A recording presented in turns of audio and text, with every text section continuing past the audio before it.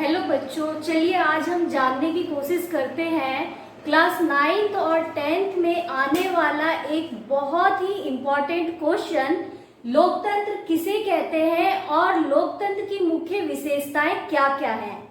5 या 4 नंबर में आने वाला ये क्वेश्चन आपको 4 में से 4 और 5 में से 5 मार्क्स दिला सकता है।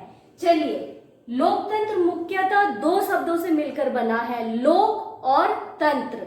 लोक का मतलब होता है जनता या फिर लोग, और तंत्र का मतलब होता है शासन व्यवस्था। चलिए अब मैं बताती हूँ आपको एक ऐसी शासन व्यवस्था जहां पर सर्वोच्च शक्ति जनता के हाथों में निहित होती है, उसे लोकतंत्र कहा जाता है। अगर आपसे पूछ लिया जाए कि लोकतंत्र की परिभाषा क्या होती है, तो सबसे प्रचलित परिभाषा अब्राहम लिंकन के द्वारा दी गई, जिसमें उन्होंने कहा जनता का शासन, जनता के लिए शासन और जनता के द्वारा शासन लोकतंत्र कहलाता है। चलिए जानते हैं लोकतंत्र की कुछ मुख्य विशेषताएं।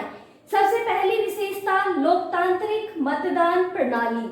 लोकतंत्र में प्रत्येक 5 वर्षों में आम चुनाव कराए जाते हैं, जिसके माध्यम से जनता अपनी सरकार को स्वयं चुनती है। तो यह पहली विशेषता हुई। दूसरी विशेषता, मौलिक अधिकार। लोकतंत्र में मौलिक अधिकार सबसे इंपॉर्टेंट पार्ट है। मौलिक अधिकार वे अधिकार होते हैं जिसके द्वारा देश के नागरिकों को संपूर्ण विकास के अवसर दिए जाते हैं। नंबर 3, बहुदलीय शासन प्रणाली। बहुदलीय शासन प्रणाली अर्थात एक देश के अंदर 2 या 2 से अधिक राजनीतिक दल होंगे, जिसके माध्यम से जनता अपनी इच्छा अनुसार उस सरकार का चुनाव करेगी जो उनके लिए विकास के कार्य निरंतर करते रहें। इसी प्रकार से 4th, वयस्क मताधिकार प्रणाली।